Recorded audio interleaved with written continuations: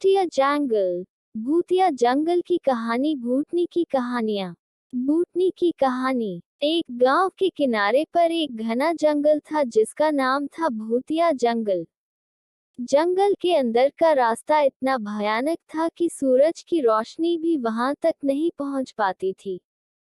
गांव के लोग जंगल की कहानियों से डरते थे और जंगल की ओर जाने से बचते थे। कहा जाता था कि जंगल में एक बहुत पुरानी और जर्जर हवेली खड़ी थी, जिसमें एक राजा की आत्मा रहती थी। राजा अपनी मौत से कुछ ही दिन पहले आशीर्वाद प्राप्त करने के लिए उस हवेली में गया था, लेकिन वह वापस नहीं लौटा और उसकी आत्मा वहीं कैद हो गई। एक दिन गांव में एक साहसी युवक अर्जुन आया। उसने गांव वालों से जंगल के बारे में सुना और उसने ठान लिया कि वह रहस्य की पड़ताल करेगा। अर्जुन ने अपने कुछ साहसी दोस्तों को इकट्ठा किया और उन सभी ने मिलकर जंगल में प्रवेश किया। भूतिया जंगल। भूतिया जंगल की कहानी। जंगल में प्रवेश करते ही उन्हें भयानक आवाजें सुनाई देने लगी। पेड़ों के पत्ते सरक जाने लगे और ठंडी हवा उनके कानों में खटखटाने लगी। अर्जुन और उसके दोस्तों ने हिम्मत जुटाई और आगे बढ़ते रहे। रात होते होते वे हवेली तक पहुंच गए। हवेली से एक अजीब सी रोशनी निकल रही थी। उस रोशनी को देखकर वे सभी समझ गए कि यहाँ कुछ अलौकिक है।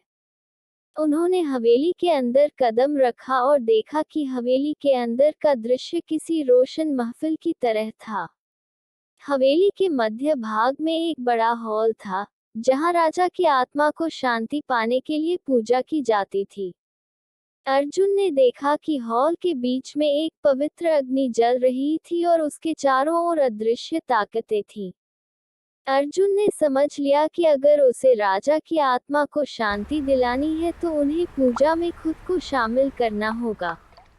उसने और उसके दोस्तों ने जंगल के प्राकृतिक संसाधनों का उपयोग करके पूरी निष्ठा के साथ पूजा की। पूजा पूरी होने पर राजा की आत्मा प्रकट हुई और उसने अर्जुन और उसके दोस्तों को आशीर्वाद दिया। राजा की आत्मा मुक्त हुई और जैसे ही वह ऊपर आकाश की ओर बढ़ी, पूरे जंगल में एक अजीब सी शांति छा गई। गांव वाले जब ये दृश्य देखने के लिए जंगल की ओर दौड़े, तो वे हैरान रह गए। उन्होंने देखा कि जंगल का अंधेरा नर्म हो गया था और पत्तियों की सरसराहट मानो किसी सुखद संगीत में बदल गई थी। अर्जुन और उसके दोस्तों के साहस और ज्ञान के कारण जंगल अब भूतिया नहीं रहा। लोगों ने उन्हें अपना हीरो माना और भूतिया जंगल अब एक पवित्र जंगल के रूप में जाना जाने लगा। कहानी से ये सीखने को मिलता है कि साहस और सच्चाई की राह पर चलने वालों का मार्ग ईश्वर हमेशा प्रशस्त करते हैं।